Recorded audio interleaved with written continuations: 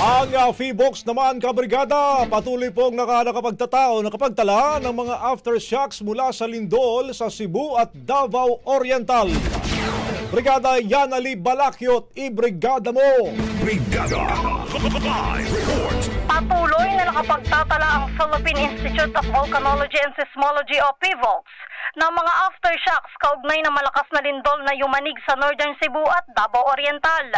Batay sa pinakahuling ulat ng ahensya as of 8 a.m., umabot na sa 12,079 ang kabuang bilang ng mga naitalang pagyanig sa Bogo City, Cebu. Mula sa nasabing bilang, 45 ang naramdaman ng mga residente at ang pinakamalakas ay ang magnitude 5.8 na aftershock. Samantala, 1,281 aftershocks naman ang nai-record ng ahensya as of 8 a.m.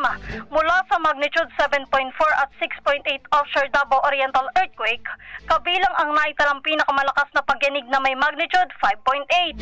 Bagamat sunod-sunod ang mga naitatalang pagyanig, nilinaw naman ng PHIVOLCS na walang direktang kaugnayan ng mga lindol dahil ito ay nagmumula sa iba't ibang fault line at trenches sa ilalim ng lupa. In the heart of changing lives, ako si Brigada Yanali Balakyot ng 105.1 Brigada News FM Manila, the Music and News Authority. Ang bahaging ito ay hatid sa atin ng Fast Relax. Tanggal ang sakit, ora mismo.